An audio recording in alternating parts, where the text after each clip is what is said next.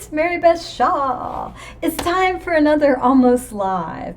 And I thought I would use this opportunity to pitch the StencilClub offering for September. This is me and Trina Brannon. So here's the stencil I designed. And then Trina designed this one with these three parts that go inside it. And it is a great offering. And if you're not part of StencilClub, you might want to jump aboard because you get videos from both of us this month, which is really cool.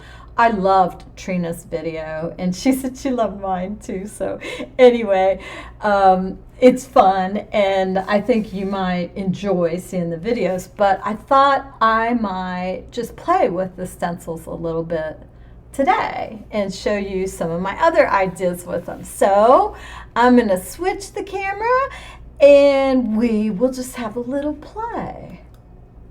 All right, so here they are, the stencils, and here's some stuff I've been fiddling around with. I got to thinking about Duralar the other day and how much I enjoy working with Duralar.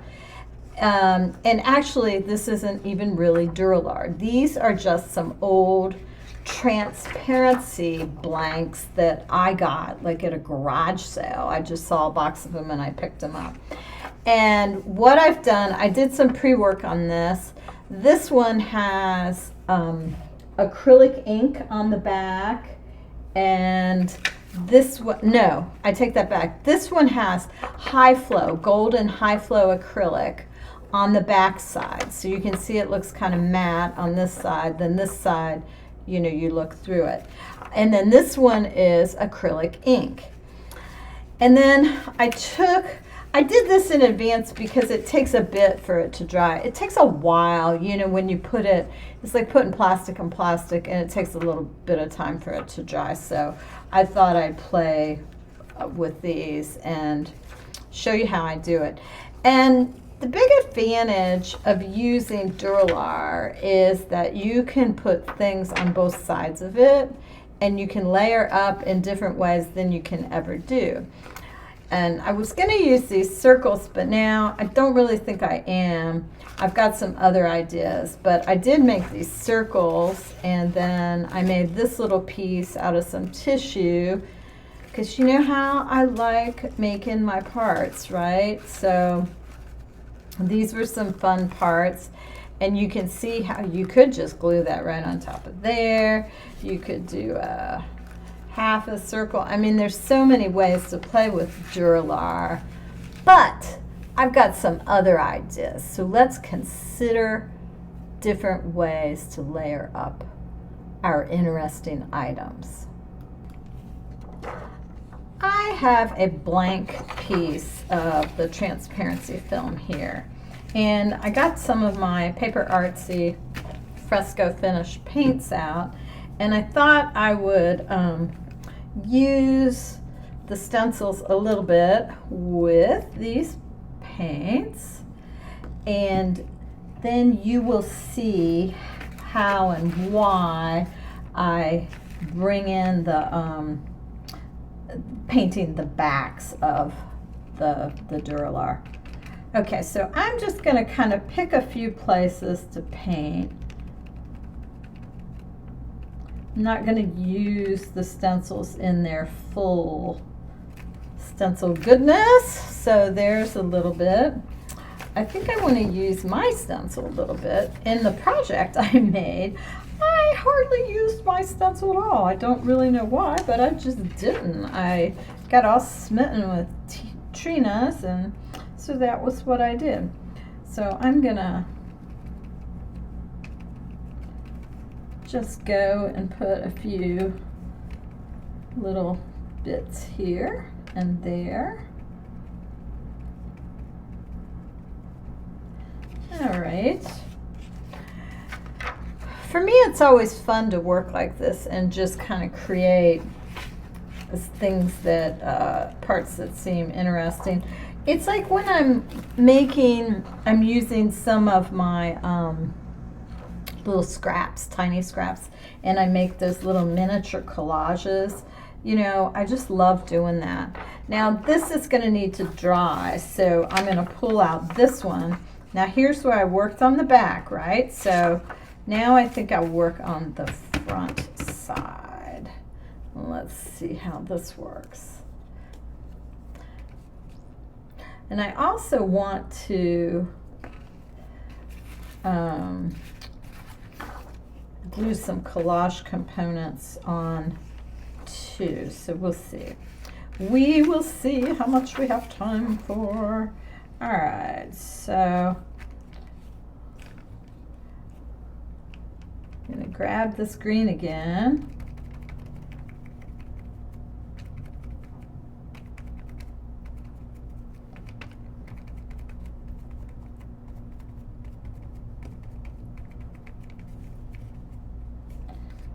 All right. I love that green with the pink coming through on the background. Isn't that cool? So, so cool. I think I'm gonna grab a small ruler here and tear this down and add some collage bits. This is a really fun way to work with no mind for, you know, a finish. Oops, I tore that. No, like I don't really have anything in mind here other than playing, right? How good is that? Because it's like, when do we get to play? Not that often, right? So I don't really know if I'm digging the gold behind it though, so I mean, I might leave part of it there, right? I'll grab my glue stick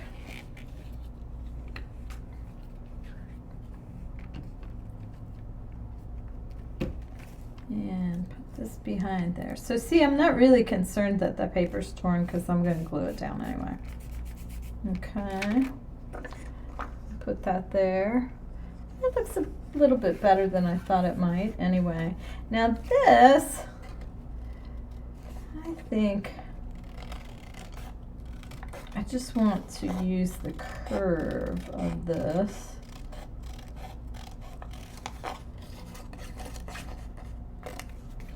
Alrighty.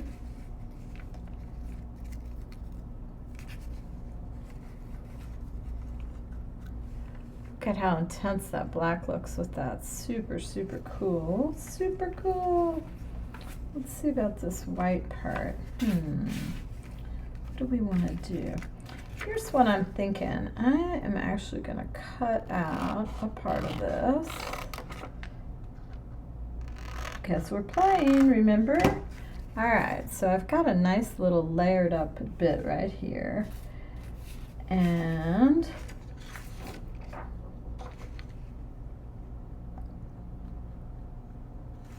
I'm going to cut out a bit of this.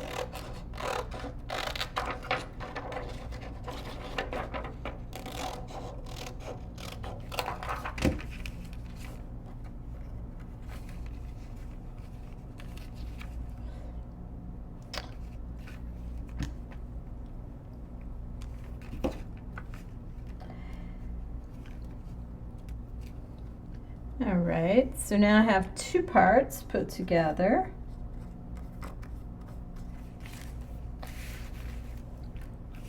And I would like to have some vintage text, so I'm gonna find some text in my stash, and I shall be right back. All right, I have some odd parts here that I may or may not use. This part would probably go under here. Okay. When I'm making these little collages, I like to have edges that that come off. Like, for instance, I don't want them to be rectangular. I like them to be kind of misshapen and a little bit unexpected, right? Unexpected sizes. So I love this bit of type right here, where it's off the edge of the paper and you really can't even tell what it says. Oh my, that's my kind of thing right there. So let's use that. I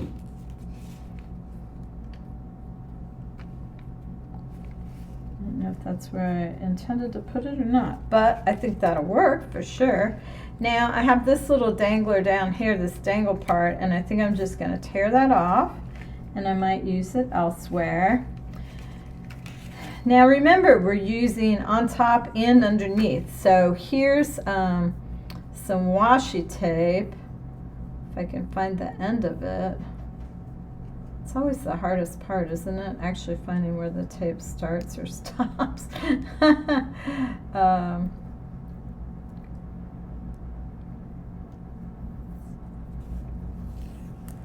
So I'm going to put just a little bit of it right there.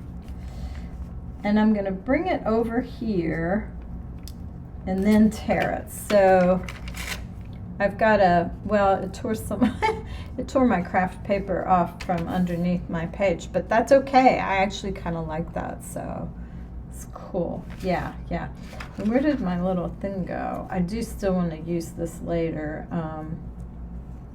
It's kind of larger than what I have going, but it could still work. We shall see. All right. Let's see what else we have in here. I liked something that just flipped by me. Oh, this. It's a great little scrap deck that I've had forever from Pamela's Finds and Designs. Findsanddesigns.com. I do not even know if she's still in business, okay? But I just throw it out there because it's a little scrap deck that I've carried around with me for a long time. It's real nice to throw into your travel pack rather than having to worry about, picking exactly what you're gonna bring and so forth. Okay, so there's that.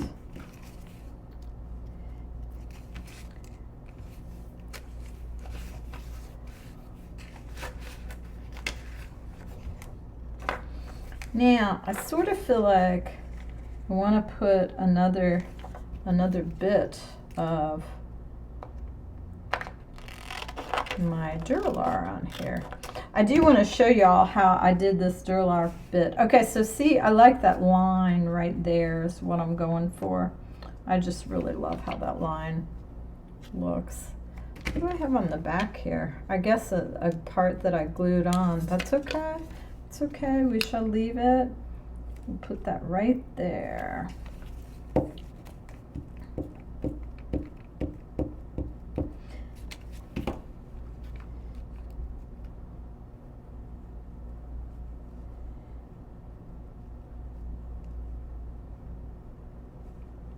Okay, there we go. Yes. Now I am going to trim it off right here because I don't have anything going on under that piece. So this is what we have so far. And I'm going to trim that part too. Now, the back side. Okay, so I'm going to add a little bit of this pink. This is a blush pink from Paper Artsy. I'm going to just put it right behind here on the back side of the Duralar, which this is a very opaque color, and it's going to give this a very different effect than it did before when it's clear. Look how that fills that in. I'll see if I can get it without the... See how interesting that looks? Now let's try it behind this green down here too.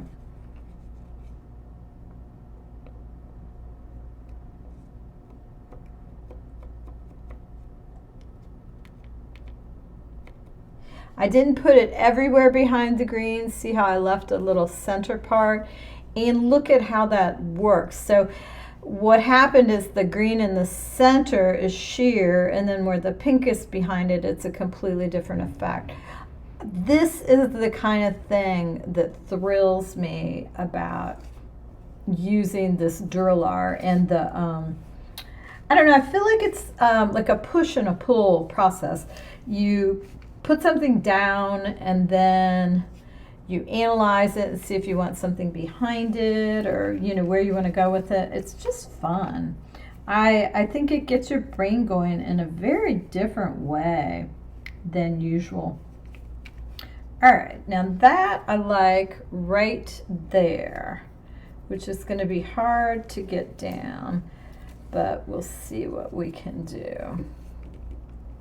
This is a very long piece for this collage element, and I may end up ultimately adding more because of how large this piece is. Okay, so there it goes, up through there. All right, now it took some of that pink off the back because I did not wait for it to dry, and that's okay. You know what? It's my piece. Right? That's what I tell myself. So I am liking this thus far. I think it looks rather cool. I feel like I want another piece of this pink, maybe a section here to go behind. I'll show you. I'll cut it out and then I'll show you what I was thinking.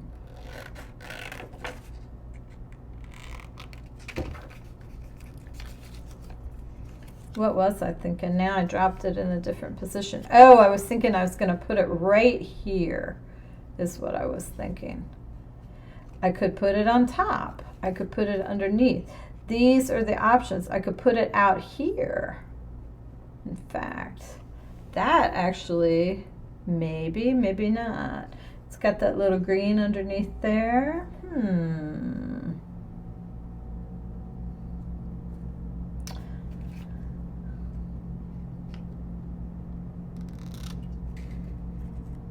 I'm going to cut this in a little bit more, a less formal way.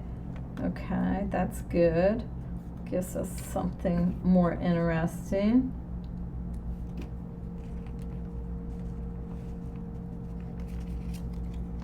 Oops, I wanted to put it right here. That's where I'm going to put it. Yes, okay. Now, let's see what else we've got. I ended up, I guess, not using that text. I could certainly put the text back underneath here. Oh, look at that, the word growth. It's as if it was made to go there. Can you guys see that, the word growth? Yeah, that is what I call a happy accident, and that's when I know that for sure it is meant to be part of this, right? So let's put it right there so you can see it through that little page, that little opening there. Okay. Nice. I like that. All right, so now we can go over top of this and add some other elements if we want. Using the stencils, we could put something on the outside of this curve. Like we could, you know, since we used part of the curve, we could put something over here. We could use these internal parts. We could use some of these parts. I mean, I'm sure you get the idea, right? It just goes on, and it's more and more fun. I would like to add a little bit of the blush pink with my finger right here. I mean, who's kidding who? You don't need this month's stencils to make this, but I just love making this kind of thing, and I believe that this month's stencils really, really add some cool value because they're so interesting, right? They have so many different possibilities with all these shapes, and that's exciting for me. So here we are. I have this adorable little part, and I'm gonna throw this in my bin and use it at some later time. And it will feel so completely fresh to me whenever I choose a time to use it. I'm gonna lay it on a neutral background so you can get an idea of what we're talking about here. And how cute is that? In just a few minutes, you can pull out these random little parts and or make parts out of Mylar, layer them up, and it is fun.